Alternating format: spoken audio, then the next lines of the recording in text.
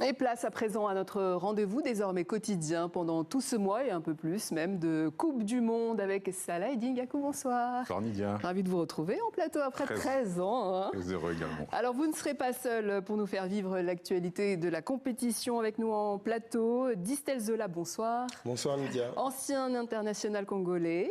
Et Edouard Ning, bonsoir journaliste, bienvenue à vous. Bonsoir Nidia. Alors avant de parler des favoris africains, Salah Eddine, un mot sur le match d'ouverture. Un match qui est encore en cours, qui oppose le Mexique à l'Afrique du Sud. C'était le match d'ouverture de la Coupe du Monde 2010. Donc 16 ans plus tard, ces deux équipes se retrouvent. Et pour l'instant, le Mexique mène 1-0 face à l'Afrique du Sud. Les Mexicains qui ont largement dominé ce début de rencontre. But de Quiñones très rapidement dès la 9e minute de jeu. Donc on reviendra dans le club mondial de la suite sur ce match d'ouverture entre le Mexique et l'Afrique du Sud. Et on l'a vu dans le sujet en introduction pour la première fois.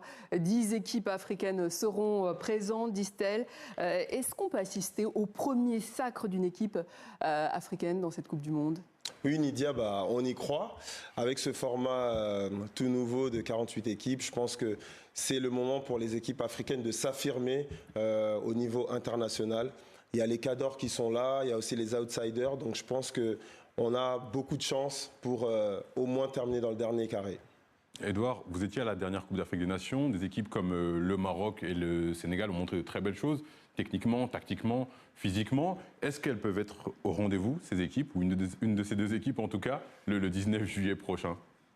Comme vous l'avez dit, Salah, on a vu une équipe par exemple du Sénégal qui a beaucoup pris en maturité lors de ces Coupes d'Afrique des Nations au Maroc. Elle peut être au rendez-vous, mais le doute commence à s'installer aussi après les 2 matchs de préparation de Pape Thiaw qui n'a pas aligné ses joueurs titulaires, Kalidou Koulibaly, Gana Gueye qui sont les cadres de l'équipe, qui constituent un peu l'ossature de cette équipe, qui sont blessés depuis quelques mois. Quelques questions flottent encore au-dessus de cette équipe du Sénégal, mais elle peut être présente. Le Maroc aussi, qui a été en demi-finale, qui a brisé un peu le plafond de verre. On peut les attendre et bien sûr, ils peuvent créer la surprise, on peut dire. Distel, à part le Sénégal, le Maroc, Edouard vient de citer, vous voyez peut-être une autre équipe africaine qui peut tirer son épingle du jeu? Oui, je pense à la Côte d'Ivoire, aussi l'Algérie, qui ont un jeu diversifié et varié. Et une très bonne attaque. Donc je pense que ces équipes, elles ont aussi leur chance pour aller au moins au dernier carré de cette Coupe du Monde. Ok, on garde les bancs des rendez-vous dans quelques semaines pour voir si vous nous dites vrai. Ce mondial 2026, il s'ouvre notamment avec de nombreuses polémiques, notamment la question des supporters. L'État américain ne veut pas voir de supporters de certains pays, dont la Côte d'Ivoire, sur son sol. C'est la déclaration aujourd'hui du président du Comité national des supporters ivoiriens. Les éléphants joueront donc sans leurs supporters venus du pays. On voit ça avec Lou Bureau et Cléophas Mossala. C'est le temple historique du football ivoirien.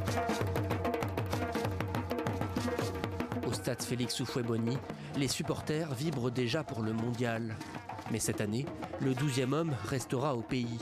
Billets d'avion, tickets de match, hébergement, la facture se compte en milliers d'euros. Un coût exorbitant qui rend le voyage impossible pour la majorité des fans. À 72 ans, Trabi Ouzan, mémoire vivante de la sélection depuis 1982, doit lui aussi renoncer. Sa passion reste entière, mais son rêve de Coupe du Monde s'est envolé.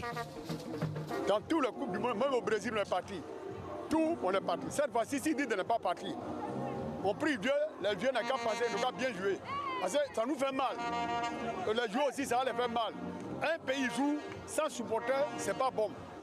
Pour les associations de supporters, le coup est dur. Beaucoup espéraient que la fédération trouverait un moyen d'emmener au moins une poignée de fidèles, histoire de pousser l'équipe au fil de la compétition. Mais au coût prohibitif, s'est ajoutée une autre contrainte de poids, celle des visas. Nous sommes nombreux. C'est vrai, tout le monde ne peut pas partir. Mais on pourrait prendre quelques membres, par exemple. Mais non. Nous sommes vraiment abattus. Nos éléphants, quand ils sont sur le terrain, ils nous cherchent.